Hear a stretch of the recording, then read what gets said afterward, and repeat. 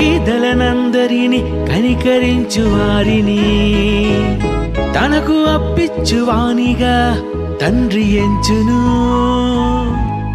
గిన్నెడు చన్నీళ్ళే ఇచ్చిన వారిని ప్రభువు జ్ఞాపకం చేసుకొని ఫలమునిచ్చును.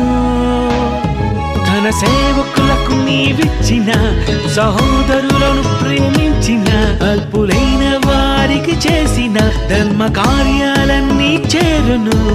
మరిచిపోలేదు నిన్ను యేసుతో గుర్తు చేశాడుగా.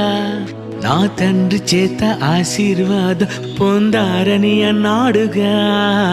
నీవు చేసావని తన మాట విన్నావని నీ కష్టమిచ్చావని నువ్వు శ్రమలు పడ్డావని నీవు చేసావని